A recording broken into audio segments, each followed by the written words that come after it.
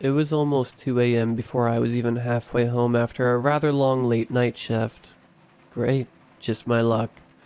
What did I do this? I just want to go home. I yelled to myself in the car, along with a slew of cuss words as my dashboard began to flash like a Christmas light, and the engine began making noises that didn't sound like noises an engine should make. Not long after that, it began to smoke up, which an engine definitely shouldn't do. I managed to find a mechanic close enough to drive to before it completely broke down. "So, how long do you think it'll take?"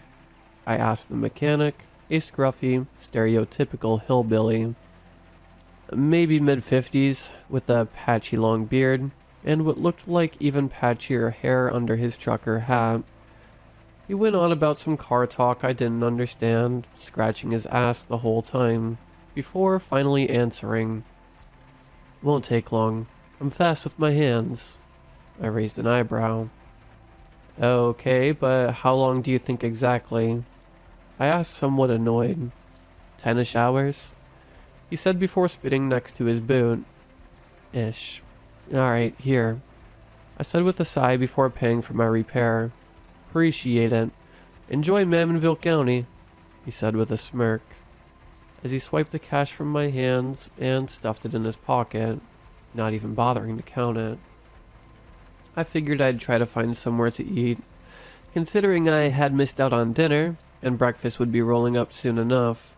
So I called my wife to explain the situation, ask if she needed anything, then left the shop. The town was basically in the middle of nowhere, but just barely. It was the type of tiny town you drive through all the time but never stop at.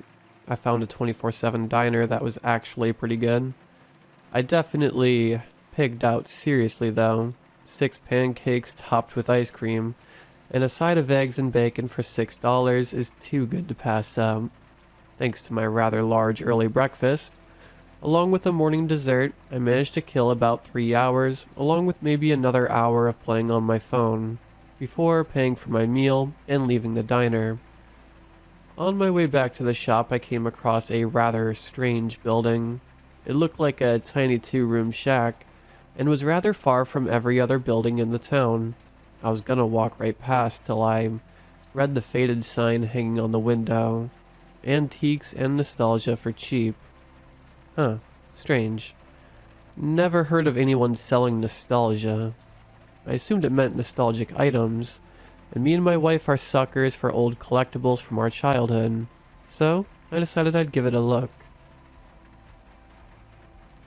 I walked in expecting to see some tiny rundown thrift shop, but no. This building worked like a TARDIS. Bigger on the inside and much cleaner. My brain was having a system reboot just attempting to process what I was seeing. I tried to think of a logical, realistic explanation for it, but there wasn't one. The place was just larger on the inside. It looked never-ending, in fact. Just a void of blue honeycomb carpeting, Greek palace-like walls, and a single long aisle, with haunting angelic opera music playing throughout. As I tried taking in my surroundings, a man's voice brought me back to reality. Well, maybe that isn't the best word for it. "Welcome, sir. How are you tonight?" Unlike everyone else I've encountered in this town, his voice was dignified, proper. He spoke like the type of rich guy who feels obligated to talk classy. I looked to my left to see a pale man with a goatee and long slicked back hair, standing behind a seemingly never-ending desk, with only a single open book of names with dates of purchases, some looking to date back to the 1500s. The man was dressed like a bartender you'd see in an old western movie, wearing a red bow tie and black dress pants, a black suit vest with a white bottom up underneath, with the sleeves rolled up to the elbow. Huh? This? But what? How? I blubbered out in confusion, trying to ask where I was before getting cut off. "Where are you?" "An antique store, as the sign says. As you can see, I'm quite the collector. I needed a place able to hold all I have for sale, and this place worked perfectly. Please feel free to browse to your heart's content." He encouraged, explaining things so laid back. I did so, trying to ignore the whole infinity room thing. As I traveled down the single endless row of shelves, these were all items that would be better suited to be sold in an auction for millionaires. Rifles and flintlock pistols apparently used in the American Revolution. Samurai blades and masterfully crafted armor from the feudal period. Personal letters and journals of historical figures like Nikola Tesla, Lu Bu, and every president in history, from the US or any other country. What solidified this stuff's authenticity for me was the jewelry, you see. I've been a jeweler for over 10 years, specifically in the authenticity department, meaning it's my job to spot the difference between real and fake gems and ores. So if these things weren't real, they were the most well-made fakes I've ever come across. As the sign promised, it was all for cheap. Prices like $2, $3, $1. But next to each dollar sign there was another symbol, a Y with a lowercase e in the center of it. I figured it was just another form of currency from another country, but noted it was strange how there were no other symbols to any other countries aside from America and the unknown place. My greed got the best of me, grabbing over 10 things from the Stone and Iron Age for a whopping $13. However, during my shopping spree, I noticed there was nothing past the time of World War II. Certainly nothing from my younger years. The shopkeeper must have been able to read my mind, because the second that popped into my head, I heard his voice once more from right next to me. "Can I help you with anything, sir?" I jumped back, feeling my heart jump into my throat. I didn't even hear him coming up to me, like his footsteps were silent. Yeah, hi. You got anything more recent? Like mid-80s to late 90s? The sign said nostalgia. All this is kind of old. I asked, trying to ignore the fact he just Houdini'd over to me. When I did, I could see a large, pearly white grin spread across his face, one that was a little too wide. "Ah, you're looking for something more personal. That would be in the other room. This way, please," he said, extending his arm forward and standing aside. As we reached the front desk, I realized there was a door next to the entrance I completely missed on my way in. As we pressed the desk, he stopped and turned to me. "Would you like to pay for these now, so you may leave them at the desk while we continue, or would you prefer to lug it around?" he asked, pointing down to the pile of medieval and caveman relics in my arms. I shrugged and decided to do so, and he bagged them and left me on the desk for when I was ready to leave, insisting we end the deal with a handshake, despite the fact our business wasn't over before entering the back room. Rather than any shelves, it was a single large podium, illuminated by a row of LED lights. "So, where's the stuff?" I asked, slightly worried he might have brought me back here to butcher me or something. He shook his head and clicked his tongue. "No, not personal items. I can offer you something much better," he said as he flipped a switch, lowering down the podium to surface level. "I can offer you the chance to relive some of your fondest memories, as if it were the first time." I raised my eyebrow and crossed my arms. "And what do you mean by that?" I asked. He flashed that large grin once more. "I mean, even the most vivid dream couldn't compare to the feeling of nostalgia I can grant you. I can bring you to the very source of that nostalgia. Just step on the podium, think of the memory you'd like to enter, and close your eyes," he said with great charisma. I looked back and forth between him and the podium before shrugging. "Alright, why not?" I said. "Splendid." He then guided me to the podium, instructed me once more before shaking my hand once more and telling me to have fun. I did so, closing my eyes, opening them to see myself in the mirror. 17 years ago in college. I knew exactly the day, too, seeing I was wearing the goofy Reese's shirt and baggy sweatpants, along with my roommate playing Ocarina of Time on our shitty little TV, asking me if I was ready for Benny's party. The very party I met my wife. It was the strangest feeling. I don't even really know how to describe it. I knew I was in the past, but at the same time I had absolutely no clue I was reliving my life. I both could and couldn't speak and move freely, as trying to say anything about the future would make me forgetful and quickly moving on from the topic. It was as he said, better than any vivid dream you could imagine.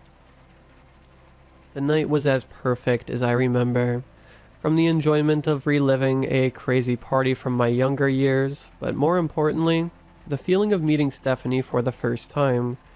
I remember going mush-brained on sight, getting trashed enough to try and talk to her, getting her old phone number I've almost forgotten, down to the end of the night, ending with how any truly romantic college love story normally starts. A drunk one-night stand. And waking up realizing we'd like doing more than hooking up at frat parties. Not long after she left my dorm the next morning, I woke up, back into the empty room with the suited man. "Well, did you enjoy yourself?" He asked with a confident smirk. It took me a few moments to remember I had just purchased temporary time travel, and it was crazy. Holy shit, that was something else, man. How much was it? I asked to fish out my wallet from the pocket. He waved his hand in the air with a cheeky grin. "Not necessary. You've already paid in full," he said as he raised the podium with the number 15, and that strange Y symbol labeled on the price tags. Unlike the price tags, there was no regular dollar sign next to it. I scratched and looked at him. "What does this Y thing mean anyway?" I asked, tapping the metal plate it was engraved on. His response made me freeze from fear. His grin grew much wider. "Years, Mr. Talbert," he announced. I stared at him for a while in shock. How do you know my name?" I asked. I could hear the shakiness in my voice as I asked it. "Why, I know everything about Ryan. I know you were born on November 4th, 1986. I know you almost died of hypothermia when you were 8 trying to catch Santa on Christmas. I know you have twins, Samuel and Samantha. Lovely children, by the way. Need I go on?" he said as he crossed his arms. I tried to register the fact that this man I've never seen before in my life knew everything about me. I was so lost about it I almost completely forgot the first part of his answer. "What did you mean, years?" I asked cautiously. He threw his head back with a laugh. "Is it not obvious? You've paid to relive one of your fondest memories in your past, in exchange for possible memories in the future," he explained matter-of-factly. Does. I tried to mumble out of my somewhat nerve-induced paralyzed mouth, before he answered the questions for me, before I could finish asking. "Yes, Ryan. You've just given me 15 years of your life. Of course, that's not including the previously spent 13, so that would be 28 years of your life," he said with a sting in his voice, like a loan shark who swindled his biggest debt-racked schmuck. But I gave you money for those things out there," I yelled out, almost in plea after hearing my remaining lifespan had been shortened by at least a quarter. "If I'm lucky." He clicked his tongue again and flashed that same cheeky grin. "You can think of that as a donation of sorts. After all, you'll most likely sell at least one of those items for a large sum of money. Surely you won't mind $13. I could feel my rage boil, melting over my frozen paralysis, charging the man ready to beat the shit out of him. "You tricked me," I yelled, swinging my fist toward his face, only to land straight onto mine as my knuckles connected with empty air. "Tricked you?" I heard him say from my left. His voice was different, though. It was deeper than anything a human can make. I slowly turned to see a set of crouched goat-like legs, with shiny gold-plated hooves. I slowly looked up to see a half-goat, half-goblin-like creature with crimson-red skin, a wolf-like snout filled with gold and even diamond teeth, and yet what seemed to glow silver. He wore an excessive amount of the finest jewelry, along with a large platinum crown. "You came into this store on your own accord, did you not?" he hissed. grabbing the hair from the back of my head and pulling it upwards to meet him face to face, his bright silver eyes staring right through me. You had plenty of opportunity to ask what that simple symbol could mean. Did you ask the price for reliving your memory? No, you let your greed guide you, and you've paid the price for it. Now please take your items and leave, or shop some more if you'd like," he mocked. "Just remember, we don't forget to shake on it when we're done." He finished with another laugh before dropping my head back to the ground. My body felt like it was made of stone, causing me to smack it rather hard, putting me in a heavy daze. I dared not argue with whatever he was, but could only ask one question. Are you the devil?" I was horrified at the beast I was seeing. He cackled and slapped his knee. If I had a nickel for every time I've heard that one, thinking about it, I probably do. No, the old man was no such need for a thing. I mean, neither do I, but there's something just so fascinating, not to mention hilarious, about messing with your human minds. Now, would you like to see this chit-chat going? He started as he tapped a solid gold watch wrapped around his wrist. I couldn't even say anything, just stare in shock and awe. After a minute, he sighed. "All right, then," he muttered before snapping his fingers. Suddenly, I was waking up in my car, completely repaired outside the shop. Not even an hour after originally entering. I tried to convince myself it was a dream, till I looked to my passenger seat to see my bag of recently purchased goods. I didn't know how to react, so I simply drove home in complete silence, just running loops in my head about what had just happened. When I got home, I was greeted by my family. The kids asked to play while Stephanie welcomed me home as she got ready for work. I tried my best to keep my composure, but seeing the ones I love most, right after being told my life has been shortened, cut me deeply. Well, I'm sure they saw it on my face, as the kids gave me confused looks while my wife asked me if everything was okay. I simply told her it was just a long night, and I was just happy to be home. As he said, I sold most the items purchased, a lot of the cash being put aside for Sam and Sam once I pass. It's been about 14 years since then. Yesterday morning I got a call from the hospital telling me they had my test results. After a rather violent asthma attack a few weeks prior, they said it's lung cancer, untreatable. I've been given an estimate of 3 years left at best. I'm thinking of taking one more trip to Mammonville, even if only to see the place still stands, and if it does, well, I've already been given my death date. What's another year or two? Get them one last gift.